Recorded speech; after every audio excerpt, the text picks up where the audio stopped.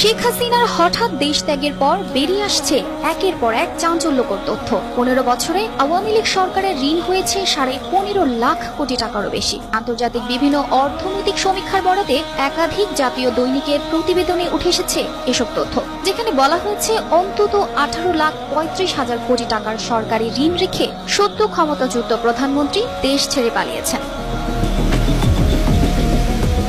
2009 সালে ক্ষমতা গ্রহণের সময় সরকারের ঋণ ছিল মাত্র 2,76,830 কোটি টাকা, কিন্তু বর্তমানে সরকারের ঋণ 18,35,000 কোটি টাকা।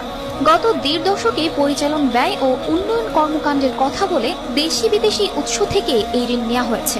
অর্থ মন্ত্রণালয়ের সূত্রে জানা যায়, এই সময়ে ব্যাংক খাত অবাধ লুণ্ঠনের শিকার হয়েছে। জনগণের লুণ্ঠিত অর্থ পাচার হয়েছে ইউরোপ, আমেরিকা সহ বিভিন্ন দেশে। বাংলাদেশ ব্যাংকের 4 ডেপুটি গভর্নরও স্বীকার করেছেন যে তারা চাকরি বাঁচানোর স্বার্থে